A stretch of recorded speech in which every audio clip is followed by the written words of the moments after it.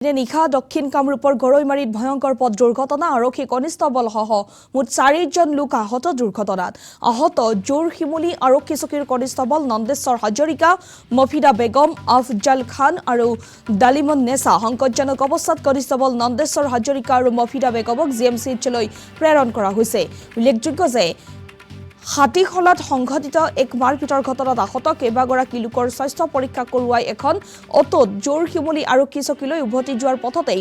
সংঘটিত হৈছে এই দুৰ্ঘটনাটো ঘটনাস্থলীৰ পৰা পলায়ন অটোখনৰ চালকজনৰ ইপিনে দুৰ্ঘটনাত পতিত অটোখন গৰৈমাৰী আৰক্ষীয়ে জব্দ কৰিছে পুনৰবাৰ উল্লেখ কৰিছো নিশা দক্ষিণ কামৰূপৰ গৰৈমাৰীত ভয়ংকৰ পথ দুৰ্ঘটনা আৰক্ষী কনিষ্টবলসহ মুঠ 4জনকৈ লোক আহত হৈছে এই ভয়ংকৰ দুৰ্ঘটনাটোত আহত জোৰশিমুলী আৰক্ষী চকীৰ কনিষ্টবল নন্দেশ্বৰ হাজৰিকা মফিদা বেগম আফজাল খান আৰু ডালিমন নেছা সংকটজনক অৱস্থাত নিশাই কনিষ্টবল নন্দেশ্বৰ হাজৰিকা আৰু মফিদা বেগমক জিএমচিলৈ প্ৰেৰণ কৰা হৈছে আৰু হাতীখোলাত সংঘটিত হোৱা এক মাৰপিটৰ ঘটনাত আহত কেইবাজনকো স্বাস্থ্য পৰীক্ষা কৰোৱাই এখন অটোত জোৰশিমুলী আৰক্ষী চকীলৈ উভতি যোৱাৰ পথতেই সংঘটিত হৈছে ভয়ংকৰ দুৰ্ঘটনাটো ইতিমধ্যে ঘটনাস্থলীৰ পৰাই পলায়ন অটোখনৰ চালকজনৰ ইপিনে দুৰ্ঘটনাত পতিত অটোখন গৰৈমাৰী আৰক্ষীয়ে নিশাই জব্দ কৰিছে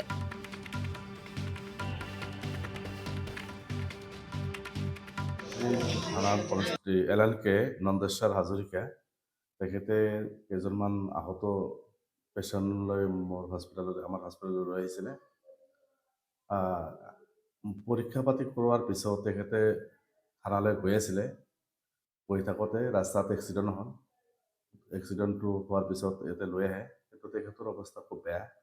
কাৰণ যথেষ্ট পৰিমাণে আঘাত পাইছে মই প্ৰাইমাৰী চিকিৎসাখিনি কৰি তেখেতক মই জিএমচিলৈ প্ৰেৰণ কৰিছোঁ লগতে আৰু এজন মানুহ আছিলে ছোৱালী মানুহ মফিদা বেগম 24 বছৰ বাবুৱেবিটা